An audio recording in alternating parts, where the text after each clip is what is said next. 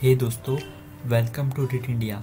आज मैं आपको tools of Titan by Tim Ferriss book की समरी बताऊंगा। टाइटन शब्द का मतलब यह ऐसे लोगों से है जो वेल्दी होने के साथ साथ हेल्दी भी है। वो लोग बहुत ही ज़्यादा सक्सेसफुल और वर्ल्ड फेमस होते हैं। दोस्तों, अगर किसी के पास बहुत सी दौलत है लेकिन वो हेल्दी नहीं है तो क्या वो खुश रह पाएगा? आंसर इज बिल्कुल नहीं। उसे उसकी दौलत बेकार लगेगी। इसलिए टाइटन्स अपने वेल्थ के साथ साथ अपनी हेल्थ बढ़ाने के लिए भी कुछ टूल्स का इस्तेमाल करते हैं। टिम फेरिस ने अपनी इस किताब टूल्स ऑफ टाइटन इन्हीं सफल लोग यानी टाइटन्स के टूल्स के बारे में बताया है। आखिर वो इतने वेल्दी के साथ साथ हेल्दी कैसे है और इसकी क्या टेक्निक अपनाते हैं वो लोग। आप ये सब जानकर हैरान रह जाएंगे। तो चलिए इस वीडियो को स्टार्ट करते हैं। पार्ट 1 आता है हेल्थ। कुछ लोगों की हेल्थ और फिटनेस बहुत ही अच्छी होती है, जैसे एथलीट की होती है। टिम फेरिस ने बहुत से ऐसे एथलीट और कोचेस के इंटरव्यू लिए हैं और उनसे उनकी हेल्थी लाइफ का राज पूछा है। इसमें पहला पॉइंट आता है डेली एक्सरसाइज करिए। एमिलिया बोन ऑब्स्टेकल रेसिंग करने वाली एक एथलीट है। वो दुनिया के सबसे मुश्किल रेस टफेस्ट मर्डर में 24 घंटे लगातार दौड़ती रही और इसी बीच उन्होंने 300 ऑब्स्टिकल भी पार किए, जिसमें कांटेदार तारों के नीचे से रेंगना होता है, दीवार लांघनी होती है और कीचड़ से गुजरना होता है। एमिलिया कहती है कि उनकी सक्सेस का राज जल्दी रिकवरी है। इसके लिए वो रेस से पहले बीटरूट और गिलेटिन लेती है। इससे उनकी बॉडी किसी भी प्रेशर से रिकवर जल्दी कर लेती है। साथ ही वो रोज अपनी मसल की जांच भी करवाती है और एक्सरसाइज भी करती है। सेकंड आता है कोल्ड शावर। इम्यूनिटी बढ़ाते हैं। विम को आइसमैन भी कहा जाता है क्योंकि वे एक्सट्रीम कोल्ड टेम्परेचर में रहते हैं। उन्होंने बर्फीली चोटियों पर चढ़ने में के 20 वर्ल्ड रिकॉर्ड तोड़े हैं। उन्होंने बर्फ जमी लेक में भी तैरा है, जिसमें उनके अंधे होने का बहुत ज़्यादा खतरा था। आप लोगों के लिए वे कहते हैं कि कुछ मिनट का कोल्ड शावर उनकी इम्यूनिटी बढ़ा सकता है, लेकिन इसे सावधानी से करना चाहिए। एकदम से बर्फीले पानी में कूदना नहीं चाहिए, बल्कि धीरे धीरे बॉडी का टॉलरेंस बढ़ाना चाहिए। थर्ड आता है कोलेस्ट्रॉल सीक्रेट। जस्टिन एक हेल्थ कोच है। उन्होंने एक इंटरेस्टिंग बात बताई है। ज़्यादातर लोग सोचते हैं कि हाई कोलेस्ट्रॉल उनके लिए बहुत बुरा है, लेकिन जस्टिन कहते हैं एथलीट के लिए हाई कोलेस्ट्रॉल अच्छा होता है क्योंकि वे लगातार दौड़ते हैं और हाई कोलेस्ट्रॉल उन्हें लंबे समय तक एनर्जी देता है और इतना दौड़ने की वजह से उनका कोलेस्ट्रॉल आसानी से ख़त्म भी हो जाता है। फोर्थ पॉइंट आता है साइकेडेलिक्स की दुनिया। जेम्स साइकेडेलिक्स दवाओं के एक्सपर्ट है। इन दवाओं के यूज से लोग हैरत अंगेज चीज़ें एक्सपीरियंस करते हैं, जैसे उन्हें म्यूजिक के कलर दिख सकते हैं और उन्हें दुनिया एक सपने की तरह लगती है। बहुत से म्यूजिशियन इन दवाओं का यूज़ करते हैं। पांचवा पॉइंट आता है सफरिंग हमें स्ट्रांग बनाती है। जब फेमस एंटरप्रेन्योर टोनी रॉबिन्स से पूछा गया कि वे सफरिंग या दूसरी प्रॉब्लम को कैसे देखते हैं, तो उन्होंने इसके बारे में कहा कि वे सफरिंग को सफरिंग नहीं मानते। ये आपके एटीट्यूड और थिंकिंग पे डिपेंड करता है। जैसे जिम जाने वाले लोग को एक्सरसाइज करते टाइम काफ़ी दर्द होता है, लेकिन वे इसे सफरिंग नहीं मानते। वे इसे एक बॉडी बिल्डिंग की एक प्रोसेस मानते हैं। ऐसे ही दर्द देने वाली चीज़ें वास्तव में आपको मजबूत बनाती है। छठवां पॉइंट आता है invest in your health. Jack Dorsey Twitter के फॉर्मर सीईओ, उनसे उनकी फिटनेस का राज पूछा गया तो उन्होंने बताया कि वे हर दिन ऑफिस पैदल चलकर जाते हैं। इसके लिए उन्हें डेली 5 मील पैदल चलना पड़ता है, जिसमें उन्हें पर डे एक घंटा लगता है। इस दौरान वे बिल्कुल फ़ोन चेक नहीं करते हैं, बल्कि वो अपने आसपास की नेचर का आनंद लेते हैं। पार्ट 2 आता है वेल्थ। इसका पहला पॉइंट है डू डिफ़िकल्ट थिंग्स फर्स्ट। अगर लाइफ में आपको सक्सेस पाना है तो बड़े और डिफ़िकल्ट गोल बनाइए। इसका मतलब यह नहीं है कि वो बोरिंग हो। ऐसा गोल चुनिए जिसमें आपका इंटरेस्ट हो, लेकिन वो सबके लिए डिफ़िकल्ट होना चाहिए। इससे बहुत से लोग उसे पाने से पहले ही भाग जाएंगे, लेकिन आप लगे रहिए तो आप उसमें सफल हो जाएंगे। कोई भी काम जितना डिफ़िकल्ट होगा उसका रिवॉर्ड उतना ही बड़ा होगा। बहुत से लोगों ने समुद्र यात्राएं की, लेकिन कोलंबस मजबूत डिज़ायर और विल पावर के कारण ही उसने अमेरिका की खोज की। पिकासो अपनी पेंटिंग बनाने में इतने खो जाते थे कि वो भूख प्यास की चिंता नहीं करते थे, तभी उन्होंने मास्टरपीस बनाए। ऐसे ही जो प्लेयर लगातार प्रैक्टिस करते हैं वो दूसरों से ज़्यादा मेहनत करते हैं। ब्लॉगिंग में भी यही रूल आता है, इसलिए डिफ़िकल्ट टास्क करने की अपनी आदत बनाइए। इससे आप एक दिन बहुत ही ज़्यादा वेल्दी हो सकते हैं। सेकेंड पॉइंट आता है क्रिएट लॉन्ग टर्म गोल्स। अगर आपको सच में वेल्दी होना है तो आपको लॉन्ग टर्म सोचने की ज़रूरत पड़ेगी। सबको पता है कि जब आप अपने बैंक में एफडी करवाते हैं तो 5 साल के बाद ही आपको फ़ायदा मिलेगा। अगर 6 महीने करवाते हैं तो उसमें इतना ज़्यादा फ़ायदा नहीं होगा। जैसे कि अगर आप अपने लैपटॉप में आज ही ब्लॉगिंग शुरू करते हैं, अगर आपको ब्लॉग डिज़ाइन करना नहीं आता है तो फाइवर जैसी वेबसाइट से आप अपना ब्लॉग बनवा सकते हैं और उसके 1 या 2 साल बाद ब्लॉग आपको पैसे कमा कर देगा। या इसके अलावा आप छोटा स्टार्टअप भी शुरू कर सकते हैं। कहने का मतलब यही है कि आप अपने लॉन्ग टर्म गोल बनाइए। थर्ड पॉइंट आता है इग्नोर पीर प्रेशर। हमें हर साल पीर प्रेशर से बचना आना चाहिए। पीर प्रेशर की वजह से ही टीनेजर बुरी आदतों में फंस जाते हैं। जैसे कि आपके फ्रेंड्स आपको सिगरेट देते हैं, आपको इसे नहीं लेना चाहिए। यहाँ पर आपको बहुत ही ज़्यादा विल पावर की ज़रूरत पड़ेगी। हर टीनेजर को यह बात सीख लेनी चाहिए कि कभी भी बुरी चीज़ों के लिए अपने दोस्तों की बात न माने, फिर चाहे वो कितनी भी उकसाए। फोर्थ पॉइंट आता है प्लान फॉर सक्सेस। लाइफ में हमेशा प्लानिंग करने की आदत डालिए। अगर कोई एग्ज़ाम देना है तो शुरू से ही पढ़ना शुरू कर दीजिए और अपने सारे सब्जेक्ट की प्लानिंग कर लीजिए। बहुत से ब्लॉगर भी ब्लॉगिंग में तभी कूदते जब उनके पास कोई प्लान नहीं होता। वे कभी नहीं सोचते हैं कि पहले 6 महीने में सिर्फ अच्छे पोस्ट लिखेंगे, फिर अगले 6 महीने में सोशल मीडिया में अकाउंट बनाएंगे, फिर एडसेंस के बारे में सोचेंगे। इसके बाद ही वे 3 महीने में सब कुछ कर लेना चाहते हैं। यहाँ ऑथर ने एक बैकअप प्लान बनाने पर भी जोर दिया है। कभी भी एक प्लान न बनाए क्योंकि पहला प्लान सबका फेल हो सकता है। ऐसे में प्लान भी काम आएगा। Part 3 wisdom.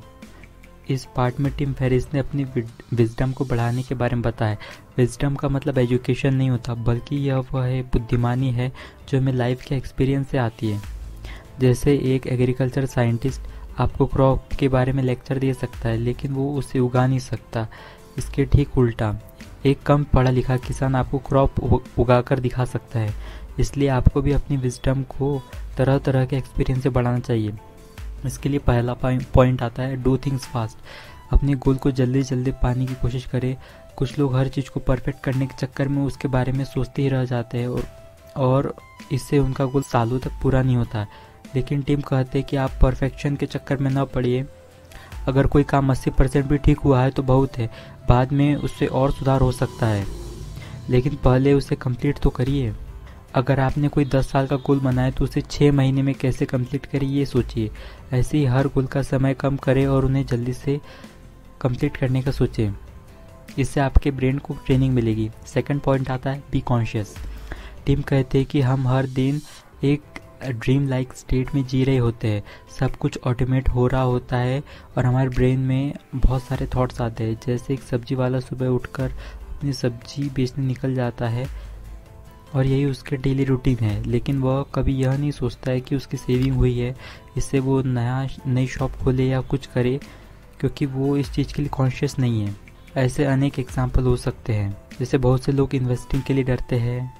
मान लीजिए लेट होना हमारी आदत है तो हमें उसके प्रति कॉन्शियस होना चाहिए और हमें उसे बदलना चाहिए, क्योंकि इससे लोगों के बीच हमारी इमेज नेगेटिव बन रही है। थर्ड पॉइंट आता है यूज 3 ऑप्शन इन और लाइफ। ऑथर कहते हैं कि किसी भी मुश्किल सिचुएशन में हमारे पास 3 चॉइस होती है। पहला, change the situation, second, accept the situation और थर्ड, लीव द सिचुएशन। तो टाइम के मुताबिक हमें इन तीनों सिचुएशन को चूज़ करना चाहिए।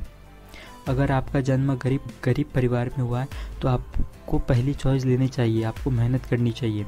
अगर कोई बिजनेस फेल हो जाता है तो उसे एक्सेप्ट करिए, इसमें आपको सेकंड चॉइस लेनी चाहिए। और तीसरे केस में मान लीजिए कोई नेगेटिव इंसान झगड़ा करते जा रहा है तो आपको उसे एक्सक्यूज़ करना चाहिए और साइड में हट देना चाहिए। इस तरीके से आप अपने इंटेलिजेंस से सही डिसीजन ले सकते हैं। फोर्थ पॉइंट आता है एनहांस क्रिएटिविटी। हमें अपनी क्रिएटिविटी बढ़ाने पर ध्यान देना चाहिए। क्रिएटिविटी बढ़ाने के ये कुछ स्टेप्स है। जो भी आपको आता है उसे शुरू कर दीजिए, क्योंकि आप उस फील्ड के एक्सपर्ट होगे तो आपकी क्रिएटिविटी निखर के आएगी। सेकंड है नेचर से इंस्पिरेशन लेना। नेचर आपको पेंटर, सिंगर, एंटरप्रेन्योर कुछ भी बना सकती है, इसलिए कुछ पल नेचर के साथ अकेले बिताइए। ज़बरदस्ती क्रिएटिव ना बने। जैसे अगर आपको कोई गाना लिखना है तो यह ना करे कि एक जगह बैठकर सिर्फ गाना ही सोचिए, बल्कि थोड़ा बहुत सोचने के बाद अगर आपके माइंड में ना आए तो उसे छोड़ दीजिए। कुछ टाइम बाद वो आपके ब्रेन में खुद ही क्लिक करेगा। फिफ्थ पॉइंट आता है द पावर ऑफ राइटिंग। हर दिन लिखने की आदत डालिए। शुरू में आपको लिखना बेकार लगेगा, लेकिन कुछ सालों बाद आप देखेंगे कि आप में बहुत सुधार हो गया है। हो सकता है कि पूरी किताब ही बन गई हो। जो भी बड़ा इन्फ्लुएंसर होता है उसने कोई ना कोई किताब या डायरी लिखी ज़रूर होती है।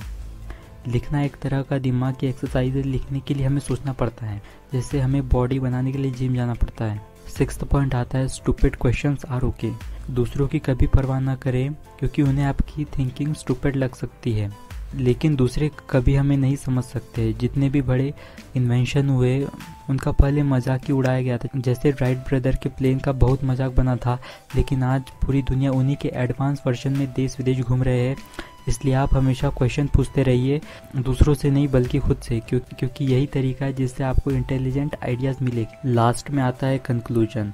इसमें हमने हेल्थ में देखा था कि एमिलिया बोन नाम की लेडी कैसे टफेस्ट मर्डर रेस में सेकंड आई थी, जिसमें 200 से ज़्यादा पार्टिसिपेंट थे, उनमें 99% मेल थे, तब भी एमिलिया बोन सेकंड आई थी, जो कि बहुत ग्रेट बात है। और कैसे कोल्ड शावर हमारी इम्यूनिटी बढ़ाते हैं। कोलेस्ट्रॉल कैसे एथलीट्स के लिए बहुत ही ज़्यादा इम्पॉर्टेंट है। और इसमें टोनी रॉबिन्स ने बताया था कि सफरिंग हमें कैसे स्ट्रांग बनाती है, ये हमारी थिंकिंग पर डिपेंड करता है। और वेल्थ में हमने देखा था कि हमें सबसे पहले डिफ़िकल्ट थिंग्स ही करनी चाहिए, क्योंकि वो हमें और भी ज़्यादा मजबूत बनाएगी। जैसे पिकासो अपनी पेंटिंग बनाने में इतने खो जाते थे कि वो भूख प्यास सब भूल जाते थे। आपको अपने गोल को लॉन्ग टर्म बनाना चाहिए, जैसे 5 या 6 साल का, 2 या 4 महीने का नहीं। इससे आप बहुत लंबी पिक्चर देख पाएंगे। आपको सक्सेस के लिए प्लान बनाना चाहिए, प्लान 1 और प्लान 2, क्योंकि प्लान ए अगर फेल हो गया तो आपको प्लान बी काम में आएगा। पार्ट 3 विजडम में हमने देखा था कि टिम फेरिस ने विजडम को बढ़ाने के लिए बहुत सारे आइडियाज़ बताए, जैसे कि डू थिंग्स फास्ट। हमें अपने गोल को जल्दी जल्दी पाने की कोशिश करना चाहिए। 10 साल का गोल 6 महीने या 1 साल में कैसे पाए, इसके लिए हमें दिमाग लगाना चाहिए। Be conscious. हमारे आसपास जो सब कुछ ऑटोमेटिक हो रहा है उसके लिए हमको कॉन्शियस होकर ध्यान देकर सोचना चाहिए। और अगर हमारे साथ कुछ बुरा चल रहा हो तो हमें उसके लिए 3 ओपिनियन का सहारा लेना चाहिए, जैसे change the situation, accept the situation और लीव द सिचुएशन। इसके बाद हमने एनहेंस क्रिएटिविटी के बारे में देखा था कि हमें नेचर से प्रेरणा लेनी चाहिए और हमें एक जर्नल भी मेंटेन करना चाहिए, ताकि हम अपनी लाइफ को 4 या 5 साल बाद देखें तो हमें पता चले कि हमारी लाइफ कैसी थी और कैसी हो गई है। और आखिरी में हमने देखा था स्टूपिड क्वेश्चंस आर ओके, क्योंकि हमें दूसरों की परवाह नहीं करनी चाहिए, क्योंकि दूसरे लोगों को आपकी सोच स्टूपिड लग सकती है। जैसे राइट ब्रदर्स का आइडिया सभी को स्टूपिड लगा था, लेकिन उन्हीं का एडवांस वर्जन से हम लोग अभी देश विदेश घूमते हैं।